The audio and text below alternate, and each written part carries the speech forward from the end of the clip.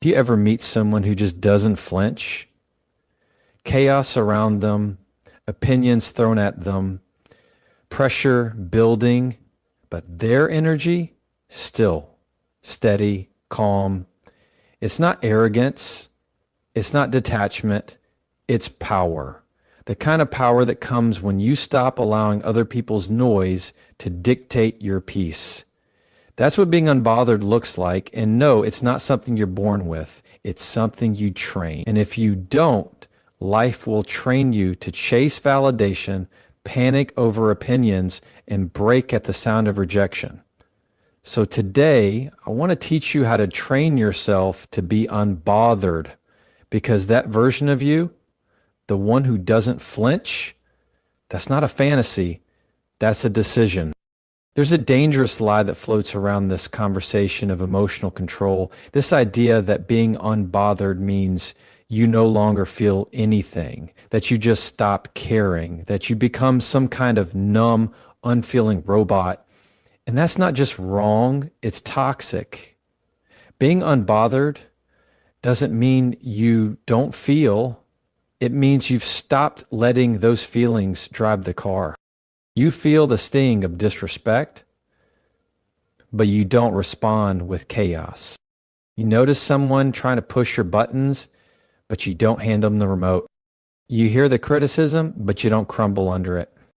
You still feel it, but instead of reacting impulsively, you respond intentionally.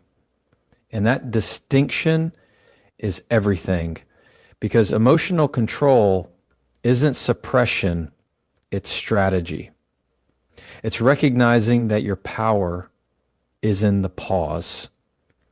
That split-second space between what happens and how you respond, that's where you reclaim your strength. Think about how often we hand our emotions to someone else, like they own them. Someone ghosts you, you spiral. Someone questions your worth, you beg them to see it. But here's the truth. No one can make you feel unworthy unless you let them. Your reactions reveal your training.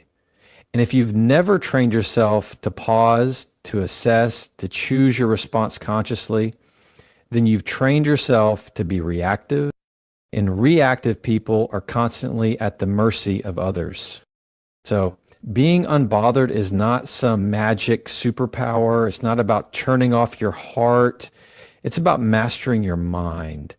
It's the decision over and over again to feel without losing yourself in the feeling, to acknowledge pain without building a house inside it, to listen to feedback without letting it become your identity. This is not about being cold. It's about being clear on who you are, on what you stand for, and on what gets to move you. Because the most unbothered people, they're not heartless. They're just not for sale emotionally. Their peace isn't negotiable. Their center isn't up for grabs. And that's what you're building. Not numbness, not apathy, but a rock-solid, self-led center that no storm can shake. What you tolerate teaches people how to treat you. This isn't just a catchy phrase, it's a rule that quietly defines the quality of every relationship in your life. Every time you let someone cross a boundary, make a joke at your expense, cancel plans without explanation, or speak to you in a tone that makes you shrink a little, you are setting a silent precedent. You're telling them what's okay, not through your words, but through your silence. People don't learn your worth by how much you love yourself in private. They learn it by what you allow in public. And when you fail to enforce your boundaries, you send the message that your peace is flexible, your self-respect is negotiable, and your standards are more like suggestions. You train the world on how to engage with you, and if you've trained them through tolerance, don't be surprised when disrespect becomes the norm. But here's the thing. Most people don't struggle with setting boundaries. They struggle with keeping them. They set them in a moment of strength, but when met with pressure, guilt, or the fear of being alone, they bend. And that bending becomes a habit. You excuse the bad behavior because you hope it's temporary. You stay quiet because you don't want to seem difficult. You say yes when your soul is screaming no, and that pattern over time erodes your peace. Suddenly you're living a life where you're constantly firefighting drama, fixing other people's messes, or over-explaining your value to people who should have seen it the first time. Being unbothered isn't just about ignoring noise.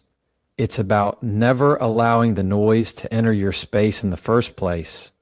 Boundaries are what keep your peace from becoming collateral damage.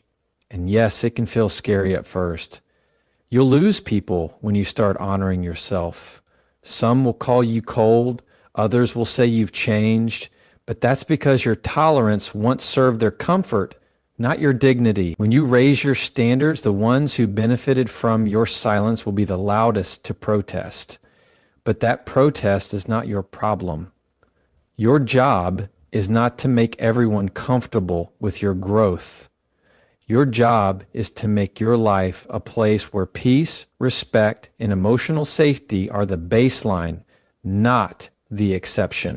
So when someone treats you in a way that makes you question your worth, remember this: the first time is data, the second time is a decision. You are not powerless.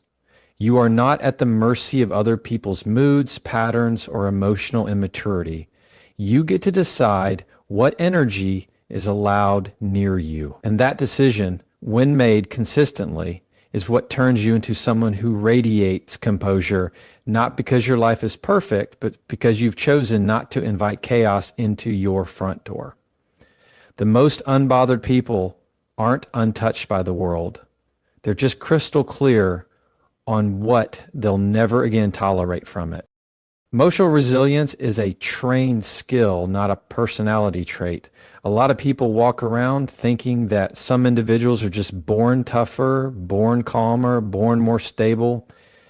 That's the illusion. Emotional strength isn't in your DNA, it's in your daily habits. It's built, not gifted. You don't just wake up one day with thick skin and a balanced heart. You earn it through moments that challenge your peace, test your self-worth, and force you to decide whether to react out of fear or respond from strength.